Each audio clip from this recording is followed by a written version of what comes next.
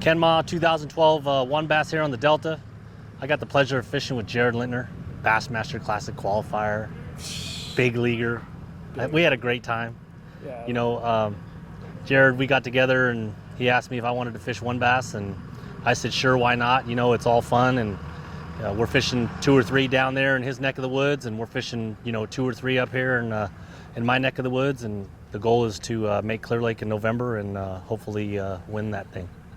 Yeah, you know, we became friends probably, what, 5, 6 years ago, 7 years ago. Yeah, it's been probably a while. Longer than that.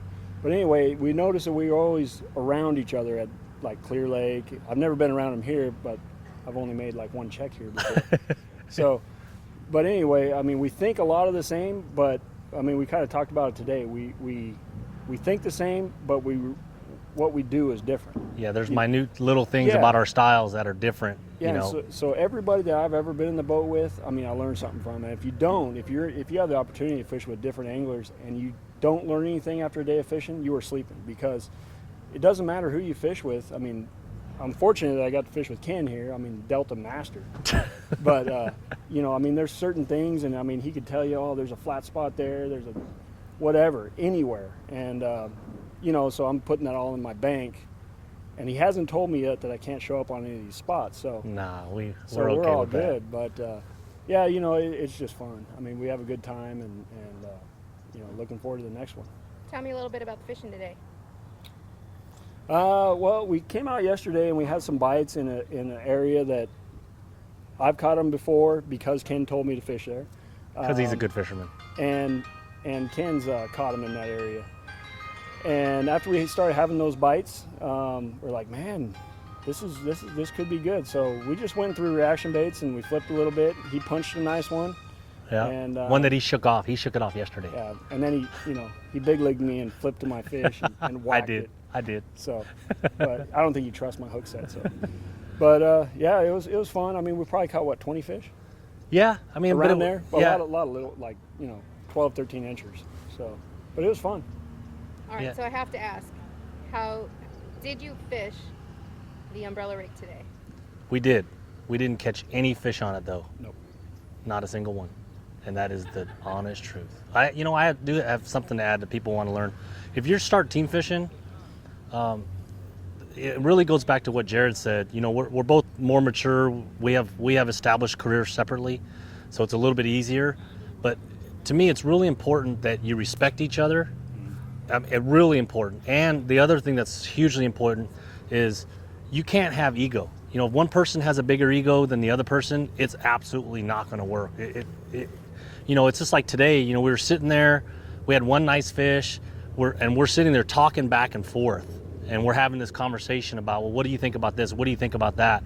And when you have one partner that is, quote, the dominant partner or has more ego, they don't value what the other partner's saying.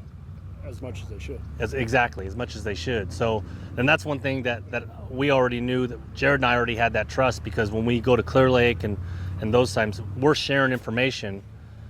So to talk out here was really natural. You know, he ran the boat for, better part of half the day, and then I ran it in certain portions, just depending on what we were doing and which one of us kind of felt a certain thing, and it was, there was really no arguing. It was just back and forth. It was real easy.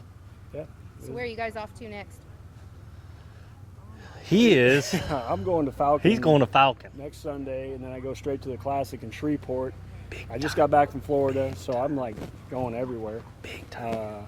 He flipped a 9.5 at the Harris chain, or Kissimmee, like 7 days ago. And then now he's on the California Delta whacking fivers, winning a tournament. It was fun. Then he's going to Falcon. See what? That's what I'm talking about. And what about you?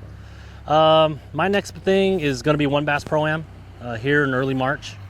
And real promising, some of the stuff here. I mean, we're having great weather, so if you're out there and, you haven't got your boat out, get your boat out, come to the Delta. The fish aren't biting everywhere, but, there's some nice ones to be caught, So if the weather hangs out, dust off those rods and after Super Bowl Sunday, come on out and do some fishing, man. It's great fishing. And you can call me because I got some waypoints I can sell.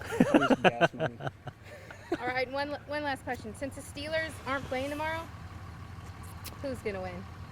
I'm going for the Giants just because I like the underdog. Neither one of them are my favorite team, but I like the underdog. It's kind of like me at the Classic. I'm the underdog. I like it. I think the Giants are going to win because the defense is peaking, and He's all technical. yeah, oh, I am, and I think they're going to win the turnover battle, and that's going to be the difference. All right, thanks guys, and congratulations. Thanks, Jody.